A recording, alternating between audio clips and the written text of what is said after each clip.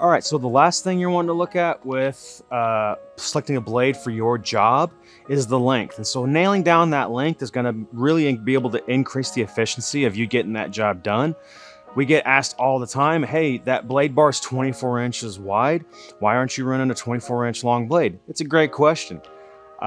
So what we typically come back with is that one, if it's a tough floor and you're spreading the weight of that machine across that wide of a surface area, it's going to be a lot harder to get that flooring up.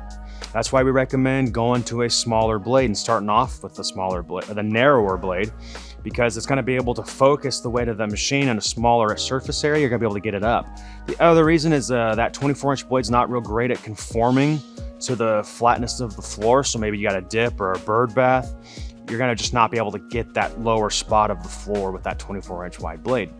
So just to kind of give an example of how whenever we go out to do a demo or go out to help on a job of some kind, what we typically do is we start off with a standard duty 12-inch blade.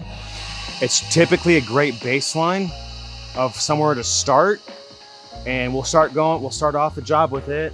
And at the end, if we see that, hey, it's going really easy, going really good, let's bump that up to a 16 or an 18-inch blade. If it's really bogging the machine down, we're not really getting that high speed, high efficiency. Our machine's one of the fastest out there on the market, so we want to be able to use that speed to our advantage. So maybe we can go down a couple sizes on the blade, so go from a 12 to a 10 or an 8. We're gonna be able to use all the speed of that machine and get that floor up because there's that narrower surface area. So in conclusion, our standard blade is our standard width of a blade is 4 inches, but we do have the 3-inch blades for those other manufacturers out there. Blades will work with those machines. Right now, our pricing is extremely competitive with all the other pricing out there on blades.